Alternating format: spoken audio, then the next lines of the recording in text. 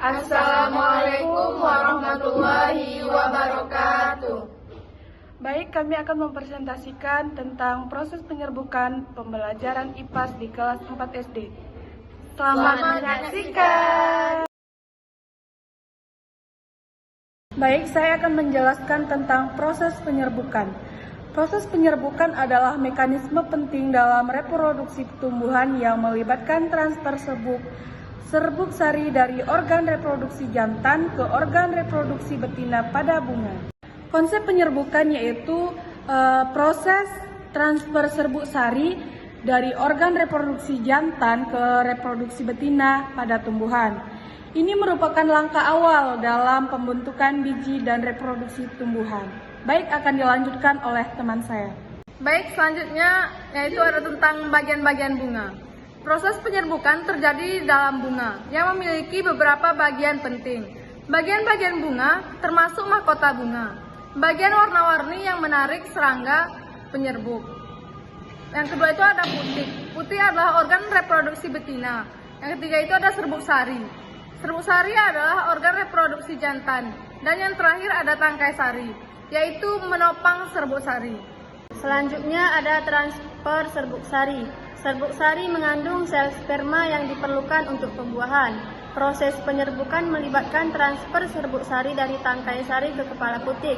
Serbuk sari dapat ditransfer melalui berbagai mekanisme, termasuk angin, serangga, burung, dan hewan lainnya. Polinasi adalah proses di mana serbuk sari mencapai organ produksi betina pada bunga. Polinasi dapat terjadi melalui polinasi silang ketika serbuk sari dari bunga individu yang berbeda ditransfer, atau polinasi sendiri ketika serbuk sari jatuh pada putik bunga yang sama. Selanjutnya ada faktor penentu penyerbukan. Beberapa faktor mempengaruhi penyerbukan, termasuk struktur bunga, kehadiran serangga penyerbuk, kekuatan angin, dan waktu berbunga. Bunga biasanya mengembangkan mekanisme khusus untuk menarik penyerbuk dan memaksimalkan peluang penyerbukan.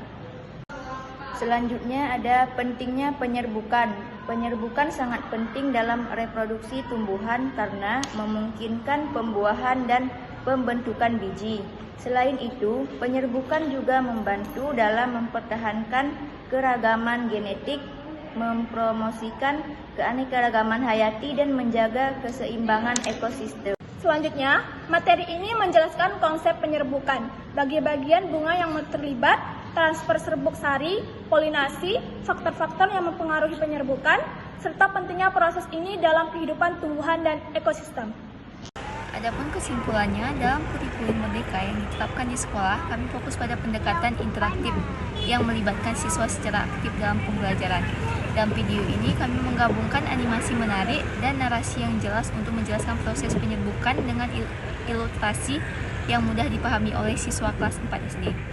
Anda akan belajar tentang berbagai aspek penyerbukan. Video ini juga menyajikan contoh nyata dari kehidupan sehari-hari untuk membantu siswa memahami konsep-konsep ini dengan lebih baik.